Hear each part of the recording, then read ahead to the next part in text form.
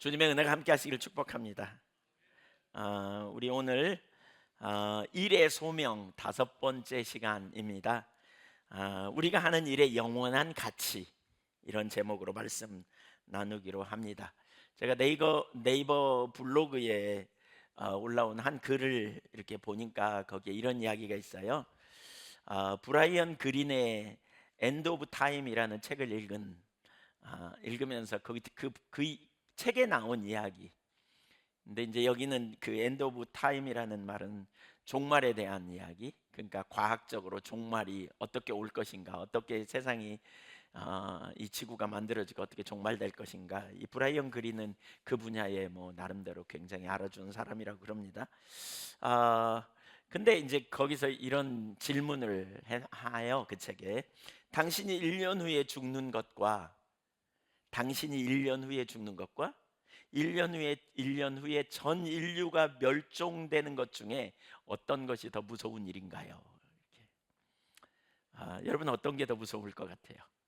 내가 1년 후에 죽는 것과 1년 후에 온 인류가 멸종하는 것, 어떤 것이 더 두려운 일인가? 뭐 그게 그거 아니요? 뭐 이렇게 생각할 수 있죠. 근데 이제 그 사람은 그렇게 그 저자는 말했다 그래요. 아, 인류가 멸종하는 일은 사실 사람에게 많이 두려운 일일 거다. 왜냐하면 자기가 한 일을 누군가가 그 남겨놓은 일을 이어받을 사람이 없거나 그 일을 혜택 받을 사람이 없다는 것은 우리가 살아가는 삶이 참 무의미하다, 무가치하게 느껴질 거다. 뭐 이런 이야기 했다는 거예요. 그러니까 소중히 여긴 것들을 물려받을 사람이 없다면 좀 미래에 대한 상실감 이런 게 있겠지요. 우리가 어떤 일을 하고 우리가 살아왔는데 그 뭔가 살아온 삶에 내가 남긴 족적을 누군가가 이어받고 또 그것을 소중히 여기고 그걸 사용할 수 있다면 그건 참 우리가 살아온 삶의 가치가 매우 있게 느껴지겠죠. 우리가 세상에서 하는 일, 우리가 일을 어떤 관점으로 봐야 되는가 지금 우리가 시리즈로 쭉 살펴보고 있는데 일은 참 소중합니다.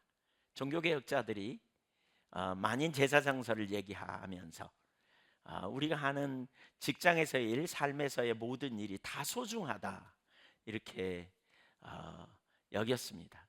그 전에는 플라톤의 영향으로 이원론을 주장하게 되면서 어떤 일은 소중하고 어떤 일은 덜 소중한 것처럼, 그래서 영적인 일, 예를 들면 천주교 사제 또 수녀원에 가 있는 것, 뭐 이런 일은 수도하는 거, 이런 거는 하나님 앞에서 소중한 일이고 그 나머지 일은 먹고 살고 이것은 세속적인 일로 이렇게 덜 소중한 일로 치부되는 그런 이원론적인 나눔이 있었지만, 그러나 종교개혁을 통해서 우리가 하는 일이 하나하나가 얼마나 소중한 일인가를 눈을 뜨게 되었다 그랬어요. 그러나 그 종교개혁의 그 가치가 시간이 흐르면서 또다시 이원론이 들어와서 우리는 주의 일, 교회에서 하는 일만 소중하게 여기고 세상에서 하는 일은 그저 밥벌이를 대용하는 어떤 일로, 그리고 벗어버려야 될 짐으로 이렇게 취급하기가 쉽다 그랬습니다.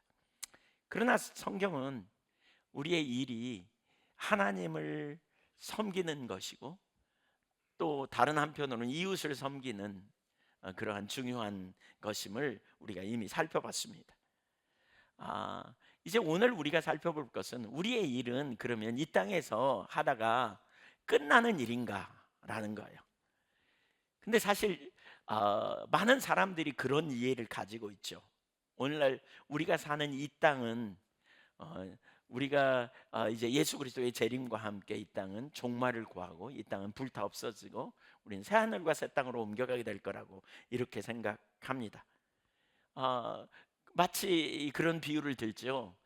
이 온 우주의 어떤 위기나 생태 위기나 기후 위기 이런 부분 얘기하면 침몰하는 배야. 그러니까 우리가 하는 일은 여기서 탈출하는 거야. 그래서 지구를 돌보거나 세상의 일을 돌보는 것을 별로 이렇게 소중하게 여기지 않는, 어차피 타락한 세상에 타락한 사람들이 결국 하는 그 결과는 멸망이고 이 지구도 이 온 우주도 다 멸망할 거야, 이렇게 생각하는 경향이 꽤 있습니다.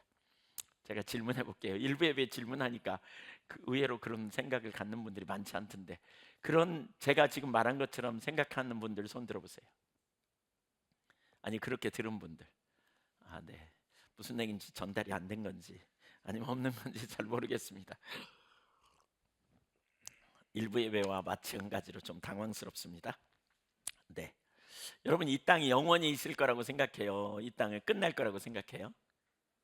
끝날 거라고 생각하죠. 그러면요, 우리는 새 하늘과 새 땅, 영원한 나라, 하나님이 예비하신 새 예루살렘에 갈 거라고 생각하지 않아요? 근데 사실 성경적으로 볼 때 이게 좀 새로운 패러다임을 갖는, 저도 사실 과거에는 그렇게 많이 생각했어요. 그러니까 오늘날 사람들이 이 땅이 전부라고 생각해요. 먹고 마시고 사는 정도로. 그리고 이 땅에서 주님이 오시는 그날을 사모하고, 주님이 재림하시는 날, 뭐 우리 찬송가 중에 그런 찬양 있잖아요. 나팔 불 때 나의 이름, 나팔 불 때 나의 이름, 부를 때에 예 하겠네, 뭐 그러잖아요. 그 나라 우리가 들어갈 거라고 생각하는 이제 이런 의식. 그런데 성경이 뭘 말하고 있냐면, 일의 소명을 깨닫는 데서 매우 중요한 건데요. 아, 우리가 하는 일이 영원히 계속 남을 수 있다는 거예요. 영원히 남을 수 있다는 거예요. 일이 영원히 계속되는 것을 볼 수 있다는 거예요.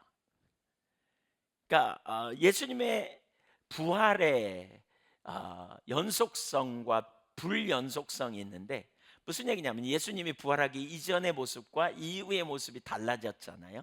그런 것처럼 우리도 부활하기 이전과 이후가 예수님과 같이, 예수님이 우리의 모델이기 때문에, 예수님이 첫 열매이기 때문에 우리도 그렇게 변화될 건데, 예수님이 부활하기 이전에 있었던 모습과 이후의 모습이 달라지지 않은 것도 있고 달라지신 부분도 있는 것처럼, 우리도 그렇게 달라질 거고 이 땅도 그렇게 달라지고 나 그대로 계속 있는 것도 있을 거라는 거예요.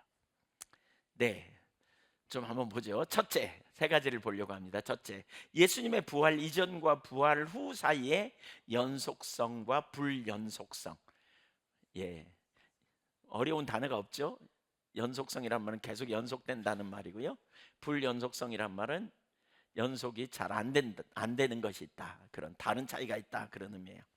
우리 저기 애국인들은 무슨 말인지 지금 잘 이해 못하는 것 같아서. 이해해요? 네. 아니, 이해하면 좋겠어요.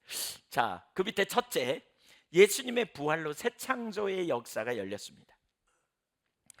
여러분, 예수님의 부활을 어떻게 보십니까? 우리는 오늘날 예수님의 부활을 이렇게 생각하기 쉽습니다. 죄 문제 해결하고 예수님 부활하셔서 우리도 이 다음에 예수님의 부활로 이제 우리도 영원한 소망을 갖게 됐다. 우리 개인적으로 우리가 이해하기가 쉽죠. 우리도 영원한 생명을 얻게 되는, 예수님이 부활의 첫 열매가 되셨다. 그래서 우리도 이제 예수님처럼 부활할 거다. 당연히 여기 포함되죠, 이 말씀이. 그러나 이것은 단순히 한 개인의 문제가 아니라 하나님의 놀라운 죄로 말미암아, 하나님의 창조한 이 땅이 죄로 말미암아 이제 오염되고 만연되고 문제가 많이 있게 되었는데, 이 죄로 오염된 이 땅에 하나님이 새 창조의 역사를 이루는 일을 부활의 사건을 통해서 새롭게 시작되는 일이 전환점이 되어졌다는 거예요. 전환점. 그러니까 십자가에서 예수님이 오셔서 십자가에 달려 죽으심으로 모든 죄의 문제가 해결되었고 사단과 사망의 권세를 무너뜨리셨습니다. 그럼에도 불구하고 비록 여전히 우리가 죄와 죽음이 있는 세상에서 살아가지만, 예수님의 부활을 통해서 새 창조의 역사가 일어나게 된 것입니다. 다시는 죽지 않는, 영원히 변화된, 신령한 몸으로 변화되는 그러한 일들이 우리 삶에 영원히 있을 것을 우리는 믿고 있는데, 그 일의 시작이 이미 되어졌다는 것입니다. 주님이 재림하시는 날 사망은 영원히 멸망을 받게 되고 사탄은 무저갱에 갇히게 되고 더 이상 죄가 없는 완전한 그러한 일이 일어날 텐데, 그러한 새 창조의 역사가 이미 이 땅에서 시작되었다는 겁니다. 톰 나이트라고 하는 학자는 요한복음 20장에 대해서 이렇게 가르치며 말합니다. 창세기와 요한복음은 짝을 이룬다.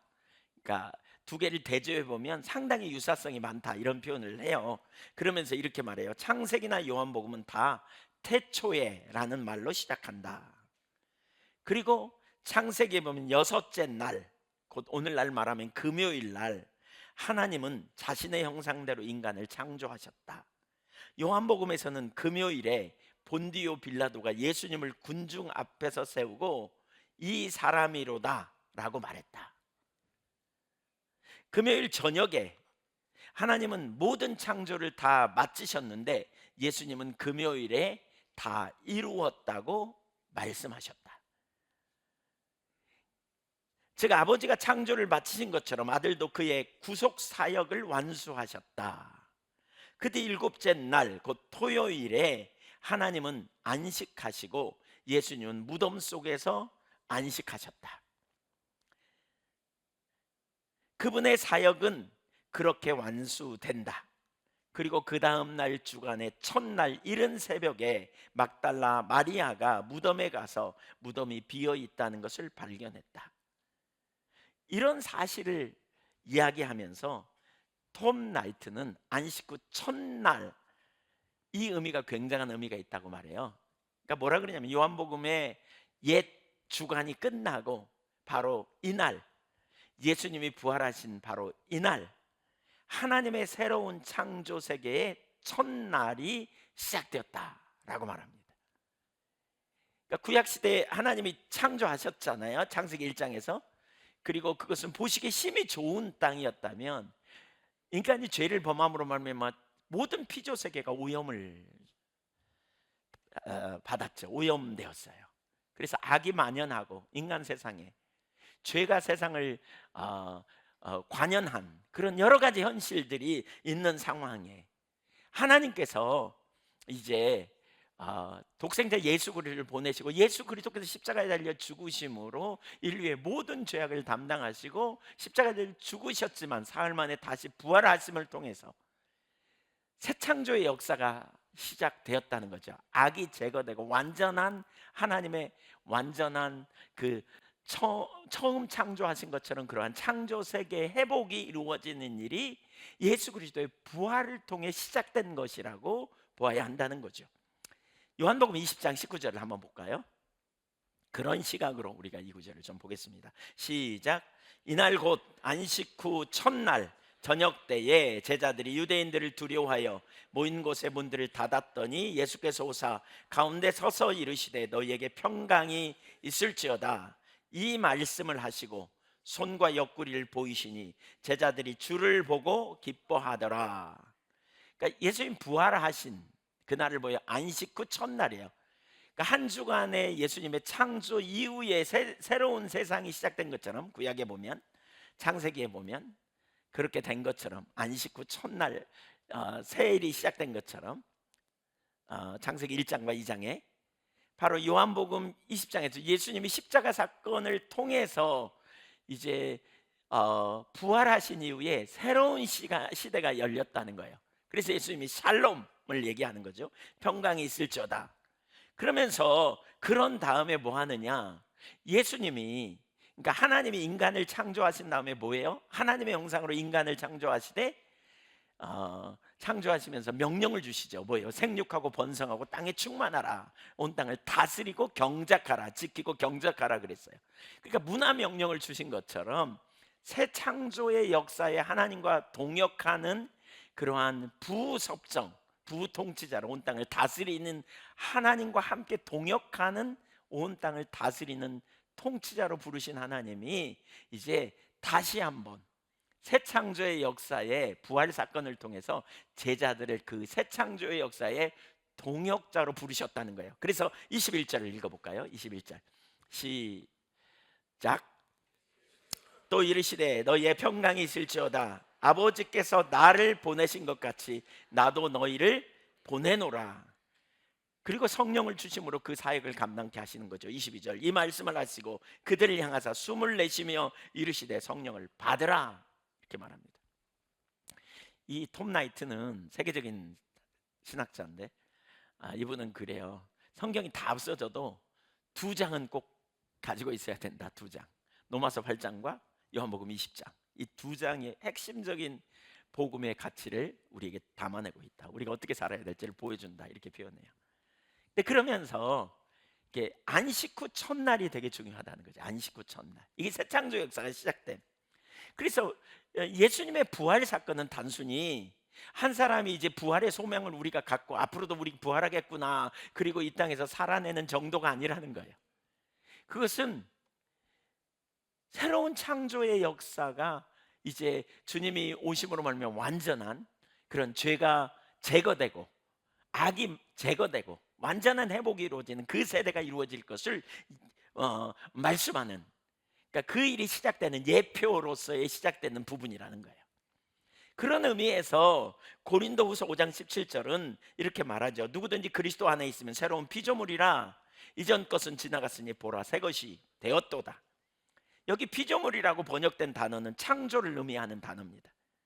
그래서 새로운 피조물이 되었다는 말은 하나님이 재창조하신 새로운 세계가 그리스도 안에서 열렸고, 그리스도 안에 있는 사람들은 누구나 새 창조 역사의 일부가 되었다, 그런 의미입니다. 그리고 주님은 우리를 그 일의 동역자로 부르셨다는 겁니다. 저와 여러분을 그 일의 동역자로 부르신 것입니다.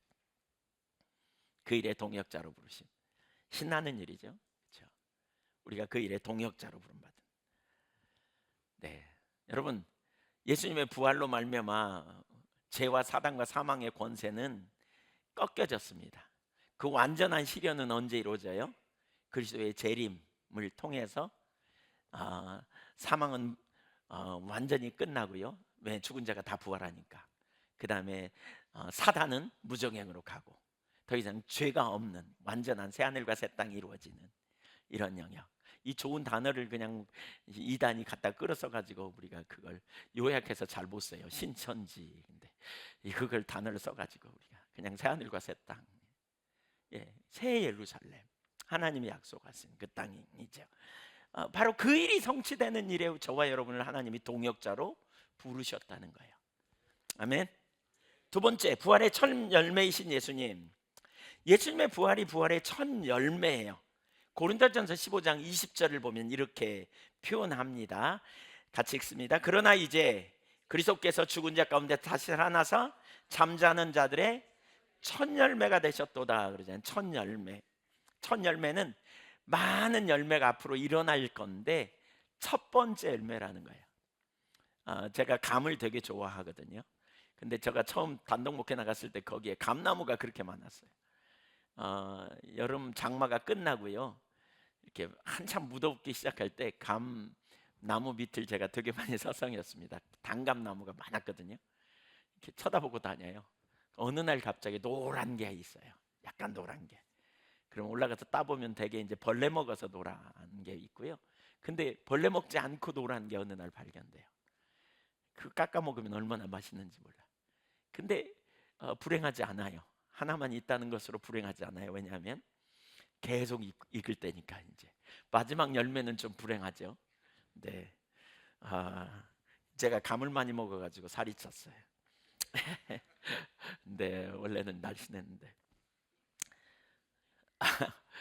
첫 열매, 첫 열매. 예수님이 첫 열매가 되셨다, 부활에. 그 말은 뭐예요? 새로운 우리가 부활할 것을 예표하는 부분이기도 하고, 하나님이 말씀하신 새 창조의 역사의 시작이 되었다는 거예요. 새로운 시대가 열리게 되는 거죠. 새로운 역사가 열리게 되는 거예요. 죄와 사망이 멸하여지고 완전한 회복이 이루어지는 그 일이 이루어지게 된 거죠. 그러니까 사실 예수님의 부활은 우리가 이 다음에 경험할 것이라는 것을 확실히 보증하는 것입니다. 근데 예수님의 부활이 두 가지 의미로 우리가 봐야 되는데, 부활 이전의 예수님의 모습과 부활 후의 모습이 어떻게 달라졌는가, 혹은 동일한 것은 무엇인가, 이 두 가지를 좀 살펴봐야 돼요. 그걸 동일한 것은 연속성, 다른 것은 불연속성이다, 이렇게 표현할 수 있어요. 우선 예수님은 그러니까 죽으셨다가 그 몸으로 그대로 살아난 것이 아니었어요. 그러니까 그렇다고 영으로 살아난 것도 아니었어요. 예수님은 육체를 가지고 부활하셨지만, 그러나 그 육체는 죽기 전의 육체와는 다른 신령한 몸, 육체임이라고 말할 수 있어요. 다른 속성을 가진 육체였어요. 그 육체는 말하기도 하고 만질 수도 있고 같이 식사도 할 수 있는 육체였지만, 동시에 부활의 몸을 가지신 예수님은 문이 잠겨 있는데도 그냥 통과해서 들어오셨던 분이고요. 어떤 때는 제자들이 예수님을 보면서 즉각 알아보기도 했지만, 엠마오로 내려가는 두 제자는 예수님이 옆에서 함께 걸어가며 말씀하시는데도 전혀 알아보지 못하기도 하셨다는 거예요. 무엇보다 그 부활의 몸을, 그래서 고린도전서 15장 42절에는 썩지 않을 육체라고 말하고 있어요. 썩지 않을 육체. 이 일반 육체와는, 우리의 그 이전의 육체와는 다른 거죠. 그래서 불연속성이 많이 있지만 거기에는 연속성도 있어요. 부활아침 예수님의 무덤은 우선 비어 있었죠. 무슨 얘기예요? 무덤이 비어 있었단 말은 예수님이 십자가에서 죽은 그 이전 몸은, 그러니까 무덤 속에 그대로 남겨두고 새로운 종류의 육체를 입고 부활했다는 것이 아닌 것을 우리에게 보여주는 거죠. 예수님이 이전에 그 몸을 가지고 부활하시되 그 몸이 근본적으로 새로운 종류의 몸으로 변화된 것을 의미합니다. 그래서 예수님의 손과 발과 옆구리에는 못자국과 창자국이 그대로 남아 있었던 거죠. 예. 그러니까 예수님은 또한 뭘 하셨어요? 잡수셨어요. 잡수셨어요. 이전에도 잡수고 이후에도 잡수고. 그러니까 이건 연속성이에요. 부활한 이후에도 여전히 잡수고, 부활한 이후에도 여전히 알아봤고, 또 알아봤다는 건 뭘 의미해요? 그 형체가 있었다는 거죠. 어떤 때는 알아보지 못하기도 했지만 어떤 때는 알아봤다는 말이에요. 첫 열매이신 예수님이 그렇게 부활하셨다면 우리도 그와 같이 부활하게 될 거라는 거죠. 네. 우리의 부활에서도 예수님과 동일한 불연속성이 있을 거고 연속성이 존재할 거라는 거죠. 우리가 예수님처럼 하나님의 영광으로 덧입혀져 썩지 않을 영광의 몸으로 부활할 것이라고 하는 거죠. 예수님이 다시 오시기 전에 죽은 성도들은 예수님 재림하실 때 그렇게 부활하여 예수님을 맞이하게 될 것이고, 그때까지 살아있는 성도들은 그러한 영광의 몸으로 변화되어 예수님을 맞이하게 될 것입니다. 반면에 우리는 각자 인격과 기억과 경험을 그대로 가지고 부활하게 될 것입니다. 네. 이제 이렇게 하면 이제 질문이 많아져요. 그날에 우리가 그대로 태어날까요? 예수님 못자국이 있었는데 우리도 여기 상처 자국이 있을까요? 그날에 우리는 저기 그 모습 그대로 태어날까요? 혹은 지금 성형했는데, 그래서 예뻐졌는데 그날에 성형한 대로 나올까요? 네. 우선 하나는요, 이런 것 같아요. 많이 질문하지 마세요. 그냥 성경에 있는 대로만 우리가 봐야 되고요. 우선 중요한 한 가지는요, 그날은 관점이 달라질 거예요. 우리가 그 모습 그대로 부활한다 그래도 우리의 모습이 키가 적든 크든, 사실 그런 이미지가 성경엔 되게 많이 있죠. 예를 들면 요한계시록 5장 9절에 보면 그날에 하나님의 영광의 보좌 앞에 각 족속과 민족과 방언이 하나님을 찬양하되, 그렇죠? 족속과 민족과 방언이 찬양할 거라 그랬거든요. 다양한 민족이. 그러니까 그대로 우리가 하나님 앞에 예를 들면 나타난다 할지라도 기준이 달라질 거예요. 미의 기준이. 그리고 모든 사람이 다 하나님의 관점으로 옆 사람을 보고 우리 자신을 바라보기 때문에 다 하나하나가 아름다운 작품으로 보여질 거예요. 예. 그리고 사실 우리가 그러한 기준이 아닌 것에서 손댄 아마 성령도 없어지지 않을까 싶어요. 잘 모르겠어요. 너무 알라고 하지 마세요. 그 부분은. 두 번째, 현재의 창조 세계와 새로운 창조 세계 사이의 연속성과 불연속성. 부활을 통해서 하나님의 구속은 모든 하나님의 창조 세계의 구속을 포함한다. 우리가 이전 살폈어요. 그러니까 새로운 창조의 역사가 예수님의 부활과 더불어 이미 시작되었다 그랬잖아요. 그리고 새 창조의 역사가 예수님의 부활로 말미암아 이루어진 거죠. 이루어지고 그날에 완성되겠죠. 그런데 우선 예수님의 부활을 통해 시작되고 예수님의 재림하실 때 완성될 하나님의 새로운 창조 세계는 현재의 창조 세계와 대조할 때 불연속성이 클 거라는 거예요. 예수님이 다시 오실 때 하나님의 성령의 역사로 우리가 예수님의 부활의 몸과 같은 하나님의 영광으로 덧입혀진 부활의 몸을 입고 부활할 것처럼 현재의 창조 세계도 하나님의 성령의 역사로 하나님의 영광으로 덧입혀진 새로운 창조 세계로 변화될 것이라는 거죠. 다시 말하면 이런 거예요. 불의와 죄, 타락, 부조와 깨어진 관계에 없는 모든 죄와 그 영향력들이 불로 정화되어 깨끗게 됨, 거기에는 사단, 모든 악의 세력 존재하지 않는, 무엇보다 새 창조 세계에는 죽음과 썩음이 없을 거라고 그러잖아요. 예수님이 다시 오셔서 만물을 새롭게 하실 거라고 말씀하셨기 때문에 그래요. 그러니까 요한계시록 21장 5절에 보면 만물을 새롭게 하실 거라고 그랬어요. 근데 여기에는 동시에 현재의 창조 세계와 새로운 창조 세계 사이에 연속성도 존재할 수 있다는 거예요. 분명히 예수님 재림하신 이후에 혹은 그날에 지금 있는 그대로는 아닐 거고요. 달라질 거예요. 악이 존재하지 않기 때문에, 불의가 존재하지 않기 때문에. 그러나 그날에는 연속되는 것도 있다는 거죠. 현재의 창조 세계는 모두 불타 완전히 소멸되고 하나님께서 무에서 새롭게 만든 새로운 창조 세계가 생겨나는 것이 아니라는 거예요. 현재의 창조 세계가 예수님의 부활에서 볼 수 있는 것처럼 하나님의 영광으로 덧입혀져 새로운 창조 세계로 변화될 것이라는 거예요. 모든 불의한 것들은 불로 정화되고 하나님의 영광으로 충만한 새로운 창조 세계로 변화되게 될 거라는 거예요. 여러분, 우리는 보통 이런 생각했잖아요. 저는 그렇게 이전에 생각했거든요. 왜냐하면 이제 과거에 우리 부흥 강사 목사님들이 가끔 부흥에 와가지고 설교하는 걸 들으면 이런 얘기 많이 들었어요. 이 세상은 불로 없어질 거다. 다 불타 없어질 거다. 다 소멸될 거다. 그리고 이제 새 하늘과 새 땅으로 우리가 갈 거다. 우리 뭐 그런 얘기 들어보셨죠? 네. 네, 잘 모르시나요? 뭐 그러나 마나 뭐 그런가요? 그런 얘기 많이. 네, 패러다임의 전환이기 때문에 이거 중요한 얘기입니다. 뭐 그렇잖아요. 그래서 우리는 어떻게 해요? 휴거하면, 주님이 재림하면 그 구름 타고 올라가고 거기 하나님이 마련하신 어떤 데 우리 가게 될 거다. 마치 그래서 어떤 사람은 침몰하는 배로 표현하거든요. 침몰하는 배에 무슨 소망이 있냐? 우리는 그냥 배를 옮겨 타면 된다. 그 옮겨 타게 되는 통로는 예수 그리스도다. 예수 믿고 우리는 새로운 배를 타고 그냥 떠나면 그만이다. 그래서 현실 문제에 대해서 별로 관심을 안 가져요. 이런 사상이 깊어질수록, 이런 신앙의 영향이 깊어질수록, 그래서 한때 우리 이원론적인 성향으로 보수 복음주의가 이런 성향을 띠게 되면서 나타난 문제가 뭐냐면 하나님 나라를 얘기하는데 그 하나님 나라를 영적인 것으로만 치부해 버렸어요. 그러니까 세상적인 거 이런 거는 진보적인 신학에서 막 다뤘거든요. 세상의 문제. 근데 그들이 추구하는 하나님 나라는 또 현세적이에요.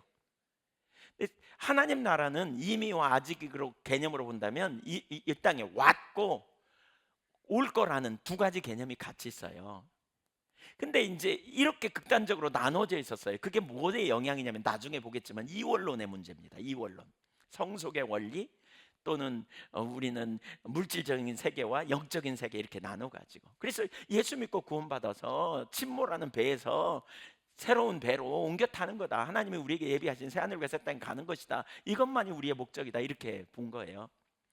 근데 이제 존 스토트를 비롯하여 복음주의 학자들이 일어나면서 팀 켈러 뭐 이런 학자들에 의해서 그 이제 로잔 회의를 통해서 전 세계 기독교인이 모여서, 특별히 복음주의적인 기독교인이 모여서 같이 신학적인 논의를 하고 또 고민하고 씨름하면서 이렇게 새로운 시각을 갖게 된 거예요. 이원론을 걷어내고, 그러니까 하나님의 나라는 이 땅에서 우리에게 하나님 그 주님이 창조하신 이 땅에서 이루어질 뿐만 아니라 영원한 날에 우리가 가게 됨을 말하고 있는 거예요. 그래서 우리 이번에 이제 인천에서 로자네이 하는 거를 앞두고 우리나라도 급속도로 이제 선교적 교회에 대한 이야기, 그다음에 우리가 하는 일터 사역, 일터를 어떻게 볼 것인가에 대한 새로운 시각이 우리 가운데 오는 이제 이 일이 벌어지면서 이런 신학적 작업이 지금 이루어지고 있는 겁니다.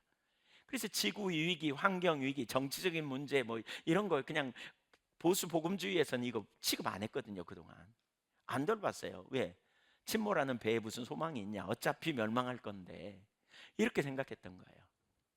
그러나 다른 시각을 우리가 갖게 될 때 이런 문제에 대해서 우리가 무관심하면 절대 안 되는 것을 지금 보게 되는 거예요. 베드로서 3장 10절, 대개 그 구절을 근거 구절로 들고 있는 게 이 부분이거든요. 한번 읽어보죠. 그러나 주의 날이 도둑같이 오리니 그날에는 하늘이 큰 소리로 떠나가고 물질이 뜨거운 불에 풀어지고 땅과 그 중에 있는 모든 일이 드러나리로다. 이 모든 것이 이렇게 풀어지리니 너희가 어떠한 사람이 되어야 마땅하냐? 거룩한 행실과 경건함으로 하나님의 날이 임하기를 바라보고 간절히 사모하라. 그날에 하늘이 불에 타서 풀어지고 물질이 뜨거운 불에 녹아지려니와 우리는 그의 약속대로 의가 있는 곳인 새하늘과 새 땅을 바라보도다. 이 구절을 이해하는 데 있어서 과거에 여기 10절과 12절에 다시 올려줘 보면 거기 12절 보면 이제 하늘에서 불이 나와서 이렇게 불에 타서 풀어지고 물질이 뜨거운 곳에 녹아지고 그래서 우리는 의가 있는 곳인 새하늘과 새 땅을 바라본다. 이 구절을 얘기하면서 우리는 그리 간다. 특별히 10절을 한번 보면 그런 표현이 있거든요. 10절 여기 뭐라 그랬냐면 그러니까 하나님이 심판하는 거죠. 그때 뜨거운 불에 풀어진 땅과 그 중에 있는 모든 일이 뭐하리라? 드러나리로다 그랬잖아요. 근데 이 구절을 여기 뒷부분에 드러나리로다 이 부분이 영어 킹 제임스 버전에 보면 뭐라고 돼 있냐면 태워질 것이다. 불에 태워질 것이다. 이렇게 번역했어요. 그래서 많은 분들이 이 구절을 인용해 가지고 킹 제임스 버전을 인용해서 이 땅은 불에 태워져 없어질 거다. 이렇게 얘기했어요. 근데 이 불에 태워질 것이라는 표현이 맞는가? 아니면 우리 지금 10절에 나와 있는 것처럼 드러날 것이다 라는 표현이 더 옳은가에 대한 논란이 있죠. 많은 논란이. 왜냐하면 성경에 그렇게 번역하니까. 근데 여러분 아시지만 성경은 쓰여진 그대로 우리에게 왔어요. 사본이 전달됐어요. 사본이 전달됐어요. 인쇄술이 발달되지 않은 성경이 기록됐잖아요. 근데 이걸 대필했거든요. 누군가가 또 대필했어요. 이걸 사본이라 그러잖아요. 이게 대필되고 그 사본도 그대로 있으면 얼마나 좋겠어요. 근데 시간이 지나면서 썩기도 하고 없어지기도 하고 그래서 또 대필되고 그래서 어느 날 인쇄술이 발전하면서 구텐베르크가 인쇄술을 발전하면서 그때 이제 딱 성경이 이제 편찬되면서 이렇게 확산되기 시작했거든요. 근데 그 사본 중에 제일 오래된 사본이 바티칸 사본과 시내산 사본이에요. 그러니까 바티칸에서 간직하고 있는 또 시내산에서 발견된 그 사본, 그게 가장 오래된 사본인데 그 사본에 뭐라고 기록되어 있냐면 드러날 것이다라고 기록하고 있어요. 이 구절이. 그보다 훨씬 후대에 나와 있는 어떤 사본에는 불탈 것이다라고 표현되어 있는 게 있어요. 그래서 성경을 우리가 그런 사본을 통해서 어떤 것이 하나님의 더 말씀인가를 연구하는 학문들 이런 게 있거든요. 어떤 게 더 원본에 가까운가. 그러면서 많은 학자들이 이제 그것을 개역 개정 성경처럼 우리말에 나온 것처럼 드러나리로다라고 번역하는 게 이렇게 표현하는 게 더 옳다 이렇게 보는 거죠. 그럼에도 불구하고 이 내용을 보면 불타는 것처럼 보이거든요. 예. 그러니까 근데 여기 이 내용을 좀 더 자세히 보면 그 불타는 것의 의미가 무엇인지를 더 잘 알 수 있어요. 그러니까 대화재가 있을 것이다 이렇게 지금 말하잖아요. 그리고 그건 심판과 파괴와 연관되어 있어요. 그러나 그것은 창조 세계의 완전한 파괴가 아니라 죄의 파괴, 창조 세계를 정화하는 불로 이해해야 한다는 거예요. 6절을 보세요. 6절 7절 봅니다. 과거에 그 베드로후서 3장에 보면 과거의 심판에 대한 이야기가 나와요. 과거에 하나님이 이 땅을 뭘로 심판했어요? 물로 홍수로 심판했잖아요. 자, 이로 말미암아 그때의 세상은 물이 넘침으로 멸망하였으되 이제 하늘과 땅은 그 동일한 말씀으로 불사르기 위하여 보호하심 받으여 경건하지 아니한 사람들의 심판과 멸망의 날까지 보존하여 두신 것이니라.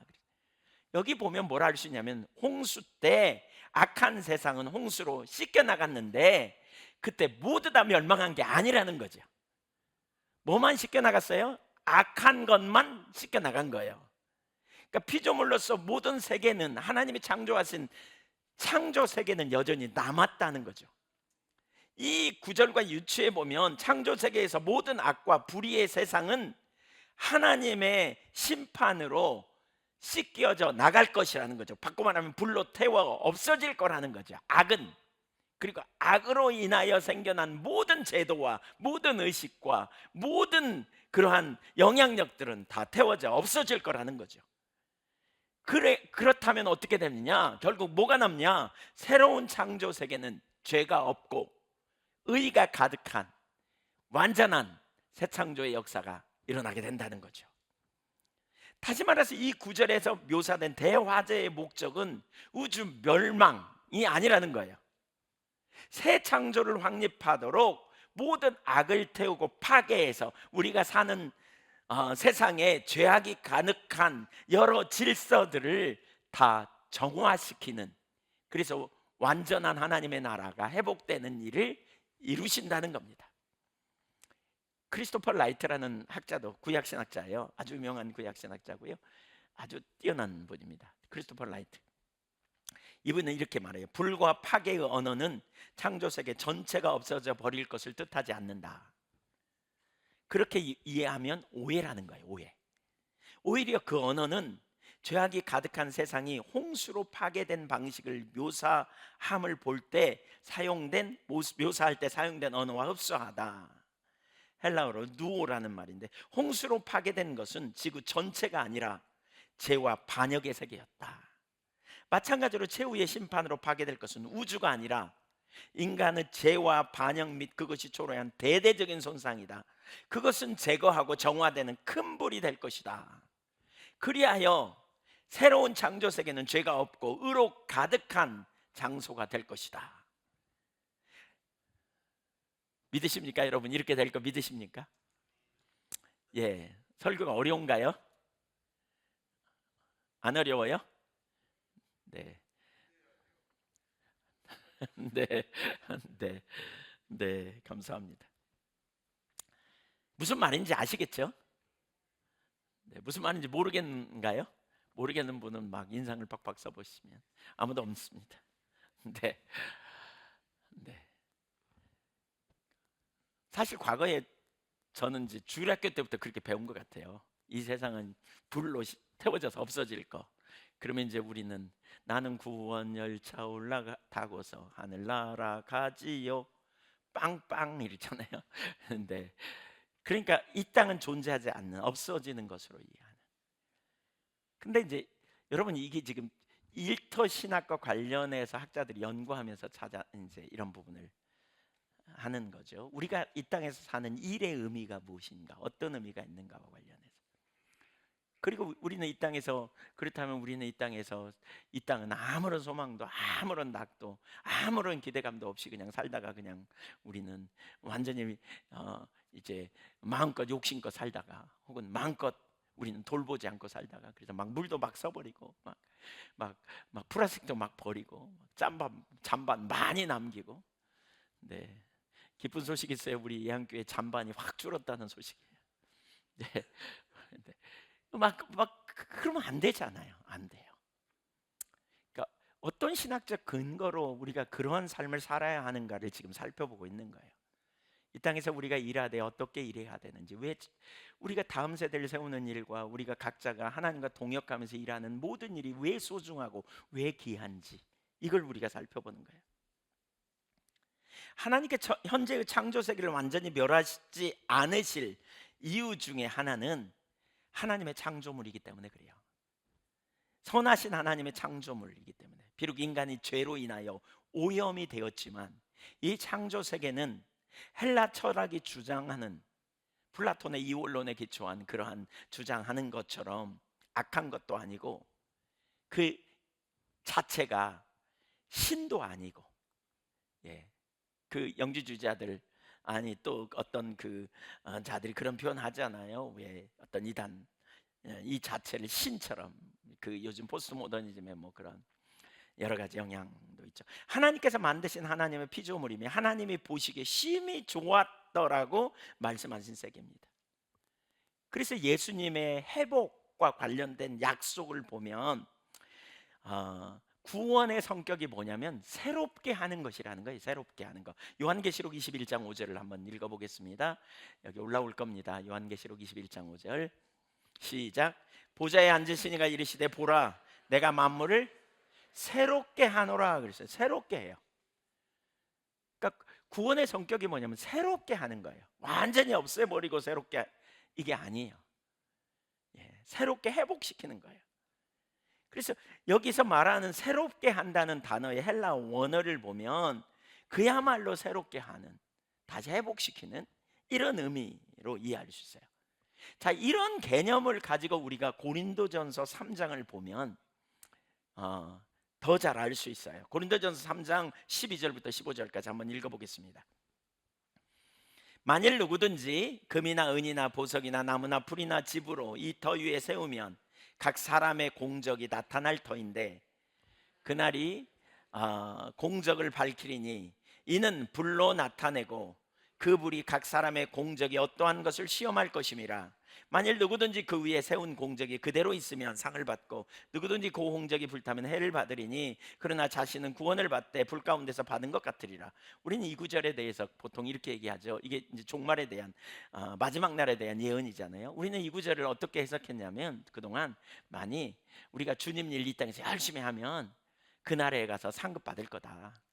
근데 어떻게 해야 되느냐? 남을 것을 해야 된다. 우리가 이렇게 이제 이해하죠. 예, 잘못 순종하고 다른 동기를 가지고 불순하게 하면 다 타버린다. 이제 건물이 타버릴 것에 대한 그런 어떤 건축물을 얘기하면서 불이 탔을 때 거기 남는 게 뭐냐? 이제 이 얘기를 가지고 어떤 것은 견고하게 남을 거라고 말하는 거죠. 이 바울은 현세와 내세의 연속성 및 불연속성에 관하여 말하고 있는 건데요.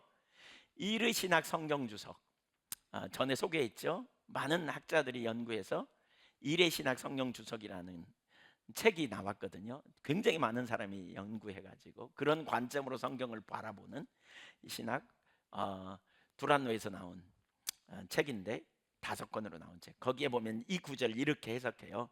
성경 전체를 통틀어 세속적인 일에 영속적 가치, 영원한 가치를 가장 고지곳대로 언급한 구절일 것이다.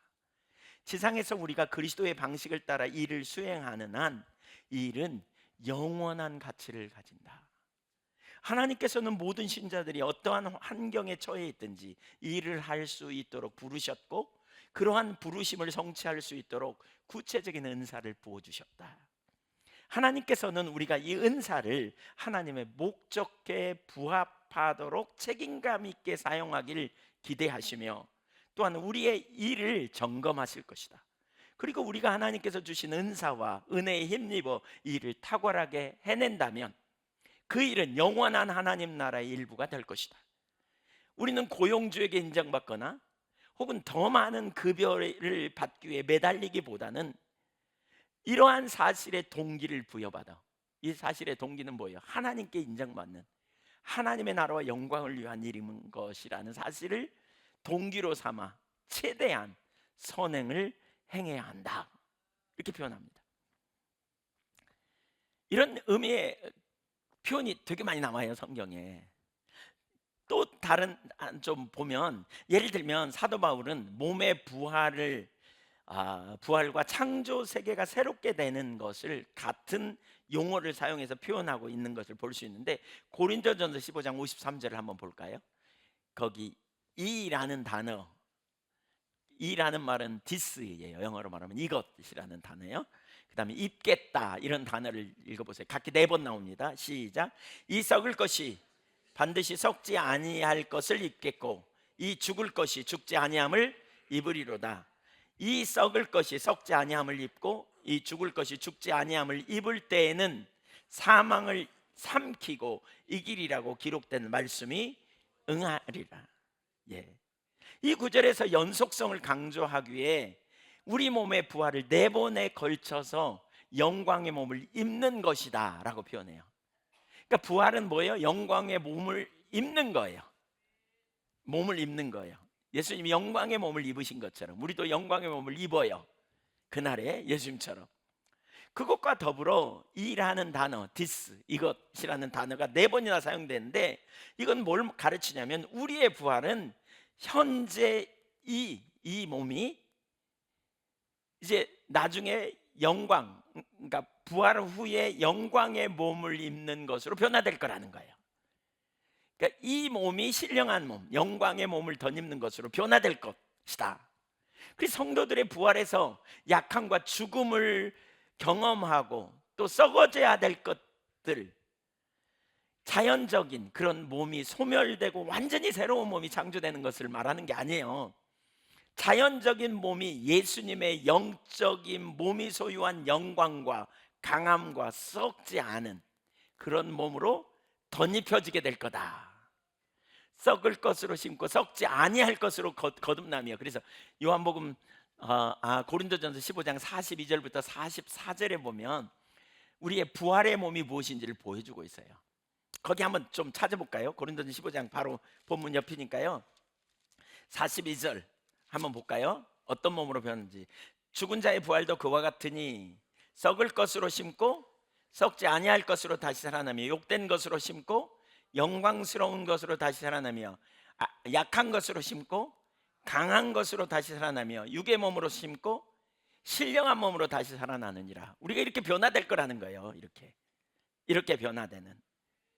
예, 그들의 자연적인 몸이 예수님의 영적인 몸으로, 영적인 몸이 소유한 것처럼 썩지 않을 것, 영광, 강함, 영생으로 덧입혀지는, 신령한 몸으로 덧입혀지는 이런 역사가 일어날 거라는 거예요. 그러면서 고린도후서 5장 2절을 보면 동일한 표현을 해요. 2절부터 4절까지 보면 이렇게 표현하고 있어요. 그걸 뭐라고 말하고 있냐면 2절부터 4절까지 한번 읽어보죠. 시작. 참으로 우리가 여기 있어 탄식하며 하늘로부터 오는 우리 처소로 덧입기를 간절히 사모하노라. 이렇게 입음은 우리가 벗은 자들로 발견되지 않으리 함이라. 참으로 이 장막에 있는 우리가 짐진 것 같이 탄식하는 것은 벗고자 하는 것이 아니라 오히려 뭐하자? 덧입고자 함이니 죽을 것이 생명의 삼킨 바 되게 하려 함이라. 이게 우리가 신령한 몸으로 변화되는 거예요. 우리 몸이 있어요. 이 육신이 있어요. 근데 덧입혀진다는 거예요. 여러분 신령한 몸으로 덧입혀질 그날을 기대하십시다. 예, 그래서 니체드 웨이스는 이런 표현을 해요. 고린도전 15장과 고린도후서 5장의 이런 구절들을 부활의 성격과 현재의 몸과 부활의 몸의 연속성을 이렇게 주석합니다. 우리의 현 존재는 단순히 없어지지 않을 거라는 거예요. 새롭고 영광스러운 옷을 입는 비유는 우리의 죽을 몸이 없어지지 않고 에워싸져서 어떤 방식으로든 종말론적인 부활의 생명으로 변화될 것을 암시한다는 거예요.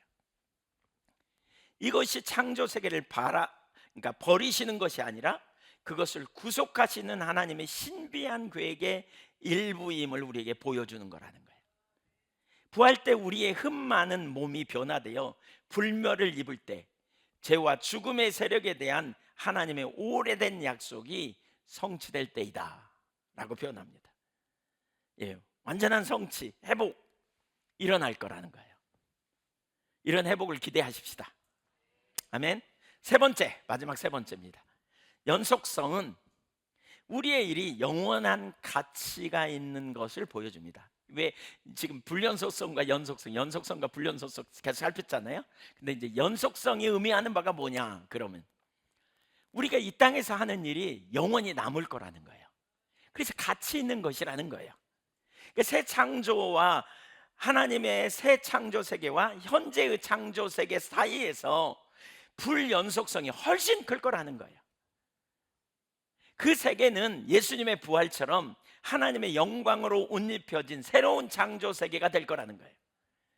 그리고 예수님께서 다시 오실 때 하나님께서 모든 것을 이제 새롭게 하신다고 말씀하신 구절을 보면 우리가 알 수 있는데, 그러니까 없어지지 않는다는 거죠.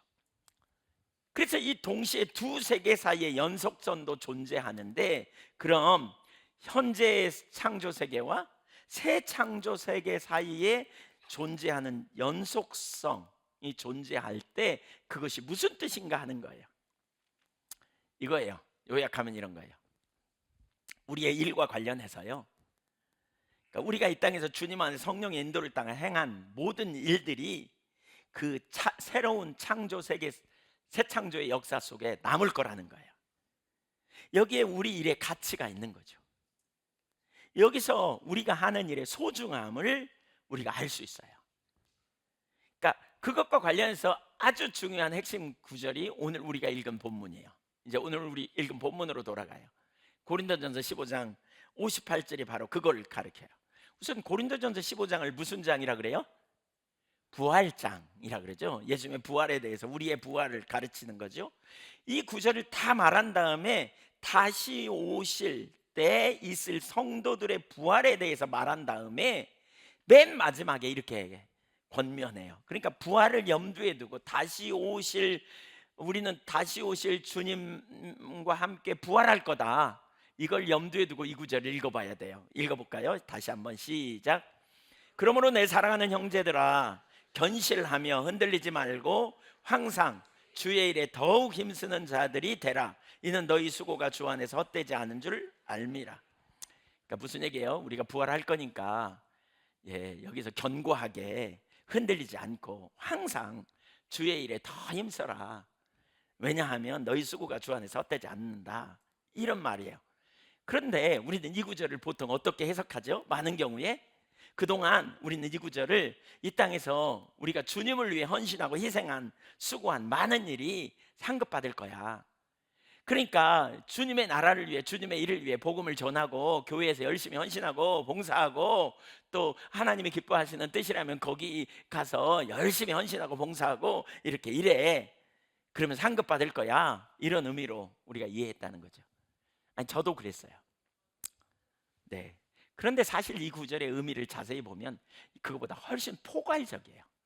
그 의미 당연히 포함되죠. 근데 그보다 더 넓어요. 이 구절을 잘 알려면 헬라 원문을 살펴볼 필요가 있다는 거죠. 그러니까 성경 번역자들에게 도움이 되는 아주 중요한 책 중에 하나가 미국 유나이티드 바이블 소사이티에서 그 발간한 핸드북 시리즈가 있거든요. 원어를 분석하고 어떻게 해석하고 번역해야 되는지를 발간한. 근데 그 책에서 이 구절을 이렇게 말해요. 원어적 의미를 본다면 이런 의미가 있다는 거죠.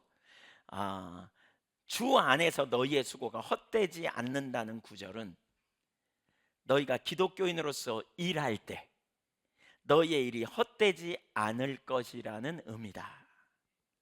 혹은 심지어 주님께서 너희의 일이 쓸모없는 것이 되지 않도록 확실히 하실 것이다, 이런 의미로 번역해야 된다는 거예요. 그러니까 주님의 우리의 일이 헛되지 않도록, 쓸모없는 일이 안 되도록 하실 거라는 거고요. 우리가 하는 일 하나하나가 매우 소중한, 헛되지 않을 거라는 거예요. 그것이 남을 거라는 거예요. 그러면서 주 안에서라는 단어가 문장의 맨 마지막에 유치함으로 강하게 강조되어 있음을 염두에 두어야 된다는 거예요. 이게 그런 의미로 본다면 이 오늘 본문 고린도전서 15장 58절은 우리가 이 땅 안에서 이 땅에서 주님을 의지하고 주님과 동행하는 가운데 성령의 인도를 따라 우리에게 타고난 재능, 습득된 기술, 그리고 하나님의 인도하신 그러한 우리에게 주신 비전을 따라서 하는 모든 일들은 결코 헛되지 않을 거라는 거예요. 그걸 말하는 거예요. 그리고 그것은 부활 이후에도 남아있을 것을 의미한다는 거예요. 여러분이 하는 일이 부활 이후에도 남아있는. 믿으십니까? 네. 이거 믿는다는 건 사실 쉬운 일이 아니에요. 왜냐하면 저는 그 전에 그렇게 안 믿었거든요. 근데 제가 이 구절을 설교하려고 엄청 많이 찾아보기도 하고 이게 정말 옳은 얘기인가 살펴보면서 성경이 명백하게 그걸 가르쳐요. 뒤에도 좀 더 나누겠습니다만 이걸 가르쳐요. 그렇다면 우리가 여기서 한 가지를 봐야 돼요. 뭐냐? 주의 일이 뭐냐는 거예요. 주의 일. 그러니까 거기 주의 일에 힘쓰라. 그러면 우리는 이제 주의 일이면 소위 우리는 주의 일은 교회 와서 일하고 봉사하고 성경 읽고 기도하고 그다음에 구제하고 우리 그냥 소위 주님과 관련된 일, 주님과 상관없는 일처럼 여기는 일은 별거 아닌 것처럼 여기는 이미 우리가 살펴봤죠. 우리의 모든 일은 하나님과 동역하는 일이라고. 하나님이 우리를 먹이세요. 믿으십니까? 근데 어떻게 먹여요? 만나를 막 내려서 먹여요. 누군가의 밥을 짓는 일을 통해서 먹이잖아요. 그렇죠? 후자예요. 그렇죠? 하나님은 우리를 치유하세요. 어떻게 치유하세요? 직접 치유하시기도 하지만 의료계에 종사하는 분들을 통해서 우리를 치유해요. 하나님 우리를 가르치세요. 어떻게 가르치세요? 하나님이 가르치는 분들을 통해서 우리를 가르치세요. 하나님이 인류 문명의 발전을 가져와요. 어떻게 해요? 연구하는 학자들을 통해서 또 연구하는 분들을 통해서 그 일이 일어나요. 하나님께서 우리 경제가 풍요하게 해요. 어떻게 해요? 비즈니스 하는 분들을 통해서 경제가 풍요해요. 하나님 우리가 살 집을 세우세요. 직접 세우나요? 아니에요. 건축하는 분들을 통해서 집을 세우고 아름답게 만들고 이끌어가고 빚어가고 하나님 우리에게 영화를 활용할 그러한 여러 가지 시설을 허락하기도 하고 그런 상황을 허락하기도 해요. 그런 업종에 종사하는 사람을 통해서 하나님은 우리에게 안식을 주고 쉼을 주기도 하고 이런 일들을 하시는 거죠. 그런 관점으로 본다면 우리는 일반적으로 주의 일이 교회 일이나 교회와 직접적으로 연관된 일, 복음 전하는 일이나 그것과 직접적으로 관련된 일을 의미한다고 생각하는 경향이 있는데 사실 그게 아니라는 거죠. 당연히 그 일도 포함되지만 그보다 훨씬 넓은 이해를 가지고 있어요. 성경은. 바울 사도에 의해 써진 골로새 3장을 보세요. 골로새 3장 22절 예를 보면 이렇게 표현합니다. 한번 보세요. 시작. 종들아 모든 일에 육신의 상전들에게 순종하되 사람을 기쁘게 하는 자와 같이 눈가림만 하지 말고 오직 주를 두려워하여 성실한 마음으로 하라. 무슨 일을 하든지 마음을 다하여 주께 하듯 하고 사람에게 하듯 하지 말라. 이는 기업의 상을 주께 받을 줄 아나니 너희는 주 그리스도를 섬기느니라. 불의를 행하는 자는 불의의 보응을 받으리니 주는 사람을 외모로 취하심이 없느니라. 여러분 이 구절 가만히 잘 보면요, 종들아, 여기서 종들은 누구냐면 그 당시에 노예들을 가리켜요. 남의 집 하인을 가리켜요. 하인들도 예수 믿고 교회 나왔거든요. 근데 그들을 향해 말하는 거예요. 그들이 하는 일이 뭐예요? 허드렛 일을 하든지 아니면 뭐 농사일을 하든지 아니면 무슨 장사하면 거기 보조하든지 뭐 만들든지 뭐 여러 가지 일을 하겠죠. 여러 가지 일을 할 거예요. 근데 그 일에 대해서 뭐라고요? 눈가림으로만 하지 말래요. 사람을 기쁘게 하려고 하지 말래요. 오직 주를 두려워하여 성실한 마음으로 하라. 그러면서 주께 하듯 하고 사람에게 하듯 하지 말라 그랬어요. 일은 하나님을 섬기는 거라 그랬어요. 우리 지난번에 우리 살폈죠? 2주 전인가요? 하나님을 섬기는 거라 그랬어요. 일은 하나님을 섬기는 거예요. 창세기 2장 15절에 경작하라는 단어는 아바드라는 단어로 예배라는 의미가 있다 그래서 섬김. 그래서 한편으로는 하나님을 예배하는 거예요. 일터의 현장에 하나님을 예배하는 거고요. 또 그것은 이웃을 섬기는 일이에요. 이웃을 사랑하고 섬기라 그랬는데 그 일을 실천하는 거예요. 그러니까 우리가 일하는 것을 그리스도인은 어떤 태도를 취해야 된다고요? 세상의 모든 일을 하되 하나님을 섬기듯이 예배하듯이 일하라는 거예요. 주께 하듯 하고 사람에게 하듯 하지 말라.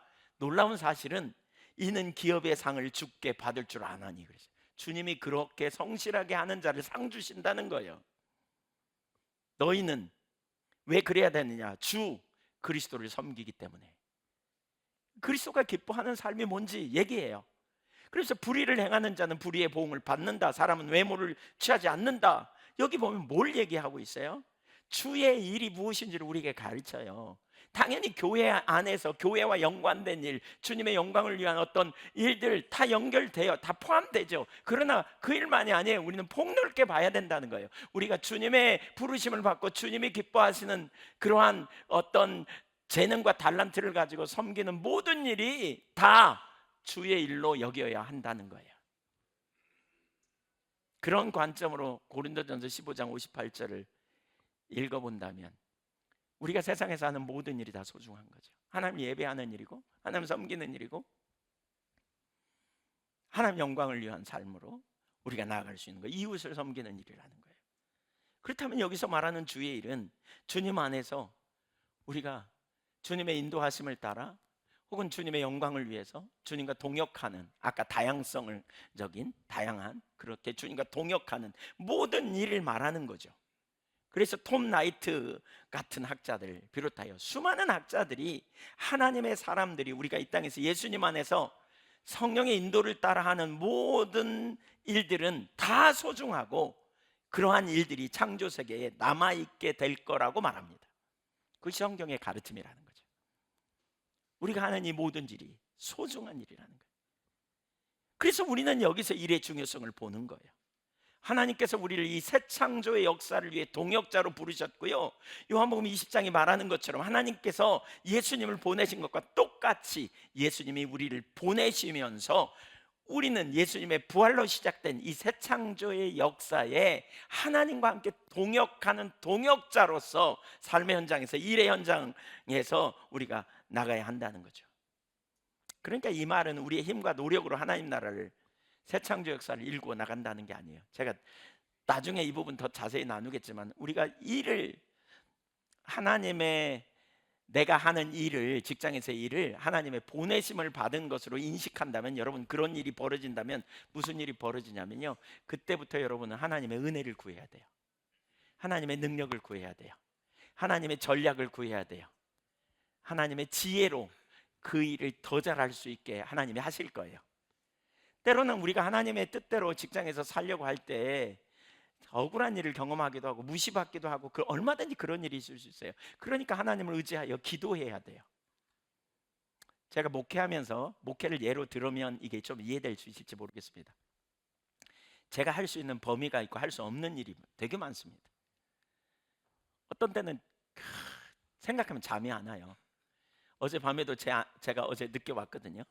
잠자리에 들었는데 제 아내가 잠자리에서 이제 교회가 이런 돌봄이 필요하고 이런 돌봄이 필요하고 이런, 누가 이렇고 누가 이렇고 누가 이렇고 그 얘기를 해요. 전 잘나고 지금 노력하는데 지금 해요. 그래서 제가 여보 저기 가서 탄티 부르고 오라고, 예, 침대에서까지 화약 냄새 풍기지 말라고, 영적 전쟁은 밖에서 하자고, 지금은 자야 될 시간이라고 제가 그랬습니다. 네, 되게 많습니다. 근데 그 말을 들으니까 잠이 잘 안 오잖아요. 제가 누워서 기도했습니다. 하나님, 이거 저가 할 수 있는 일도 아니고 누군가의 도움으로 쉽게 될 수 있는 일도 아닙니다. 한 사람 한 사람이 변화되고 새로워지고 가정에 어려움이 있고 문제가 있고, 이거 어떻게 해요? 제가 어떻게 돈으로 해결될 수 있으면 어떻게 좀 해결해 줄 수 있겠어요? 성품의 문제고 어쩌면 관계의 어려움이고 또 잘 안 돼, 보는 관점이 잘 안 되고, 이게 정말 쉽지 않은 일들이 얼마나 많은지 몰라요. 근데 저는 낭망 안 해요. 왜냐하면 하나님께 맡겨요. 하나님은 능치 못함이 없거든요. 믿으십니까?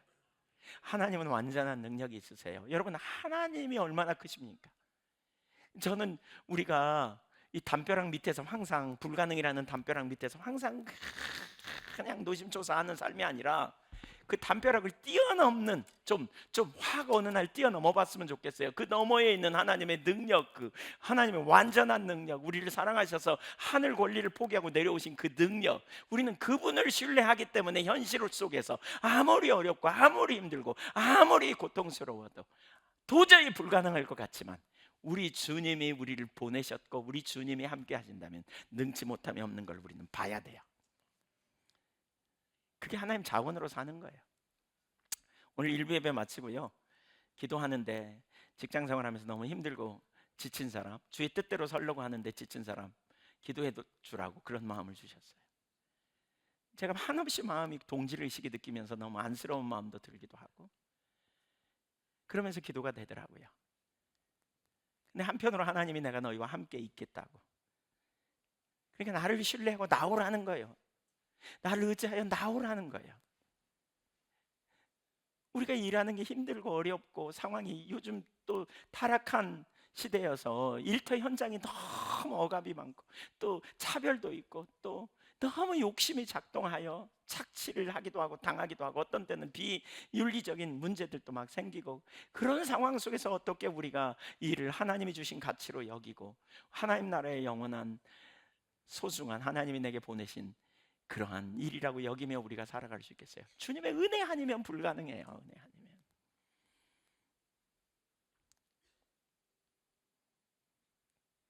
하나님이 당신의 능력으로 새 창조를 이룰 거예요. 그럼에도 불구하고 우리는 우리가 할 일이 있어요. 이게 바로 우리의 소명이에요. 이 소명. 폴 스티븐스라고 하는 학자는 그런 얘기를 해요. 마지막에 세상을 불로 심판하실 것이라는 고린도전서 3장 이야기와 고린도전서 13장 13절에 믿음, 소망, 사랑은 항상 있을 것인데 그 중에 제일은 사랑이라, 이 구절을 연결시켜서 뭐라고 말하냐면 영구히 남는 것이 있다는 거죠. 믿음, 소망, 사랑은 영원히 있을 것이다 이렇게 표현하잖아요. 그래서 이 두 구절을 연구해서 영구히 남는 것은 우리의 삶과 동떨어진 믿음, 소망, 사랑이라는 순수 미덕이 아니라 믿음과 소망과 사랑 안에서 수행된 우리의 일이라는 거예요. 그것이 불이 지나가도 남는 일이라는 거예요. 마지막에 이르면 불로 인해 믿음, 소망, 사랑 안에서 수행된 모든 일들의 불순물은 다 타버리겠고, 믿음, 소망, 사랑을 가지고 행하는 모든 일은 순전하게 남게 되어 새하늘과 새 땅에 자리 잡게 될 것이다 라고 표현합니다. 새하늘과 새 땅을 너무 쉽게 빠뜨리는 경향이 있다. 그러면서 심지어 내가 하는 일 가운데 일부도 영구히 남게 되고 나의 상상을 초월해 거기에 자리 잡게 될 것이다. 그러면서 폴 스티븐스는 뭐라 그러냐면 자기가 만든 삽목 베란다, 자기가 가르치는 반, 사업계획, 책 2억 권, 그리고 내가 작성한 한두 편의 설교, 손자들을 위해 만든 보트, 내 특기인 특별한 케이크 등도 그날에 남을 것이다 이렇게 말했어요. 요리 잘하는 것도 남을 거라고, 손자를 위해 만든 보트도 거기에 사랑과 믿음과 소망을 가지고 만들었기 때문에 그럴 거라는 거예요. 그는 계속해서 이렇게 말해요. 네, 의문을 저한테 갖지 마세요. 이거 너무 깊이 하려고 하지 마세요. 가봐야 아는 얘기이지만 사실 일의 연속성을 설명하느라고 지금 그런 거예요. 기업 활동도 죄가 정화된 상태로 영구히 남아 새하늘과 새 땅에서 자기 자리를 차지하게 될 것이다. 무슨 일이 영구히 남느냐 하는 것은 아주 중요한 문제다. 교회는 전통적으로 오직 영혼과 관련된 일만 남는다고 가르쳐 왔다. 지금까지 그랬잖아요. 주의 일, 그러면 교회와 관련된 일, 영혼 구원과 관련된 일. 그런데 그리스도인의 장래는 몸의 부활에 있는 만큼 오늘 본문에서 말하는 것처럼 너희 수고가 주 안에서 헛되지 않다는 말씀을 상기할 필요가 있다라고 표현합니다. 그러면서 성경이 복음 전도와 직접적으로 관계없는 일까지도 그 일부는 영구히 남아 새하늘과 새 땅에 기여하게 될 것이라고 말하면서 성경 하나를 들어요. 근데 이제 간단히 제가 살펴보고 마치려고 하는데, 요한계시록 21장 24절과 26절이에요. 한번 읽어보죠. 요한계시록 21장 이사야 60장부터 먼저 보겠습니다. 죄송합니다. 제가 순서를 좀 바꿔 설명하는 게, 이사야 60장 11절 60장 11절에 보면 이런 표현이 있어요.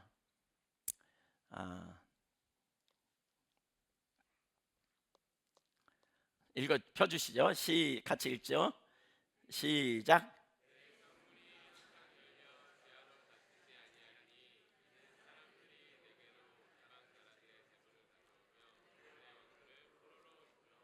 이게 새하늘과 새 땅에 대한 예언, 종말의 예언을 담은 구절이거든요. 그러니까 내 성문이 항상 열려 주야로 닫히지 아니하리니 이는 사람들이 내게로 이방 나라들의 재물을 가져오며, 여기까지는 이제 별 문제가 없어요. 근데 그들의 왕들을 포로로 이끌어옴이라, 여기 포로라는 단어가 원문에는 없어요. 근데 번역을 문맥상 맞춰서 번역 이렇게 한 것 같아요. 그들의 왕들을 이끌어옴이라, 이렇게. 그러니까 이제 이방 나라의 재물을 빼앗아 오며 그들을 왕들을 포로로 잡혀오리라, 이런 생각으로 번역한 거예요. 근데 이 번역에 포로라는 단어는 원어에 없어요. 원문에 나오지 않아요. 그래서 영어 뉴 RSV 성경은 그 구절을 뭐라고 번역하냐면 왕들이 열을 지어 인도되다라고 번역하고요. 또 현대어 번역은 이 구절을 뭐라고 번역하냐면 세계 만민들이 언제나 내게로 재물을 가져오며 세상 왕들이 직접 재물을 가지고 올 것이다, 이렇게 말해요.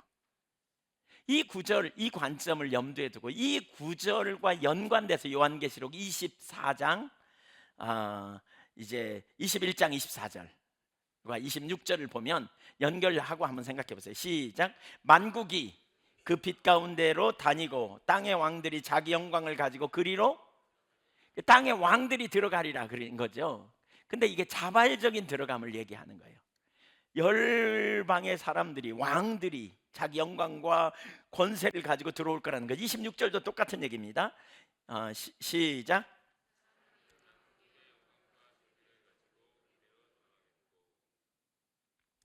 네,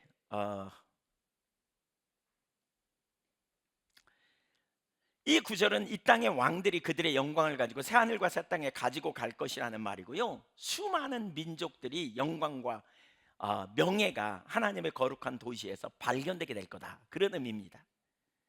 그러니까 아까 이사야 60장 11절의 말씀을 인용해서 그렇게 말하는 거예요. 이 두 구절을 보면 뭘 보여주냐면 만국이, 그리고 왕들이 자발적으로 새하늘과 새 땅에 들어가게 될 거라는 거예요. 물론 이들은 성경을 보면 구원받은 하나님의 백성을 말한 겁니다. 근데 여기 중요한 한 부분이 있어요. 뭐냐? 그들은 각기 자기의 영광을 가지고, 혹은 사람들이 만국의 영광과 존귀를 가지고 들어갈 것이라고 표현하고 있는데, 이 구절을 뭐라고 주석하냐면 이 땅의 영광과 존귀들이 새하늘과 새 땅에 합당한 것으로 이제 리처드 미들턴은 뭐라고 그러냐면 역사 전체에 걸쳐 발전해온 인간 최고의 솜씨를 말한다. 또 톰 나이트 박사는 새하늘과 새 땅에 그래서 모차르트의 명곡들이 있을 것이다. 또 거기서는 각기 다른 나라에서 나온 인간 문화의 다양한 요소들이 성 안으로 들어가 이스라엘의 하나님을 영화롭게 하는 수단으로 변형될 것이다, 이렇게 표현해요. 오랫동안 발전해온 아주 소중한 문화들, 아주 심혈을 기울여 만들어진 하나님의 영광을 위해 어떤 작품들, 그날에 가면 거기 있을 거라는 거예요. 톰 나이트는 모차르트의 곡이 바로 그런 곡이 아닌가, 핸델의 메시아 같은 이런 곡들, 그날에 천국에서도 들을 수 있을 거라, 이렇게 얘기해요. 팀 켈러, 일과 영성이라고 쓴 책이죠. 이분도 이렇게 말해요. 각 나라의 독특한 문화유산과 찬란한 영광이 새로운 창조 세계 속에 영입된다는 뜻이다. 요한계시록 21장 24절부터 26절에 밝혀져 있듯이 땅의 왕들은 그 일들을 자발적으로 한다. 하나님을 예배하고 그분께 영광을 돌리려는 마음에서. 그래서 마지막 때에 이런 비전에서 보듯이 인종적 문화적 구분은 하나님의 선한 창조의 일부로서 훗날 새로운 새 창조의 역사로 옮겨질 만큼 중요하다. 그 소멸되는 것이 아니라 약간 왜곡된 것, 그러니까 악한 왜곡만 정화된다. 장차 우리 몸이 연약함과 썩어짐을 모두 보되 여전히 개인마다 구별되는 것과 마찬가지로 새로운 창조 세계의 하나님 백성은 단일 민족이 아니라 각 나라와 족속과 백성과 방언으로 이루어지고 하나의 백성이지만 차이성은 사라지지 않고 그대로 남는다. 도리어 그 차이 덕에 우리 연합은 더 유대해지고 새로운 인류가 더 아름답고 영화로워진다, 이렇게 표현합니다. 말이 다른 다양한 민족이 하나 되어 함께 하나님을 찬양하고 경배하고, 이때 뭐예요? 싹 통일되는 게 아니고요, 싹 그냥 얼굴 모양이 바뀌는 게 아니라 그대로 될 가능성이 높다, 이런 거죠. 이런 거죠. 제가 볼 땐 그 가능성이 높음을 얘기하는 거예요. 똑같다고 말하지는 않았습니다만 똑같을 수도 있어요, 그날에. 그럼 아이고 내 이 미운 얼굴 뭐 이렇게 생각하나요? 그날은 여러분 낮은 자존감이 치유돼 가지고요, 여러분의 얼굴에 자부심을 느낄 거예요. 네, 하나님의 관점으로 봐서 다른 사람이 다 예뻐, 아마. 네. 기준이 하나님의 기준이니까. 네. 그런 역사가 일어날까요? 요한계시록 14장 13절, 여기서도 한 구절 이게 보고 마치겠습니다. 시작.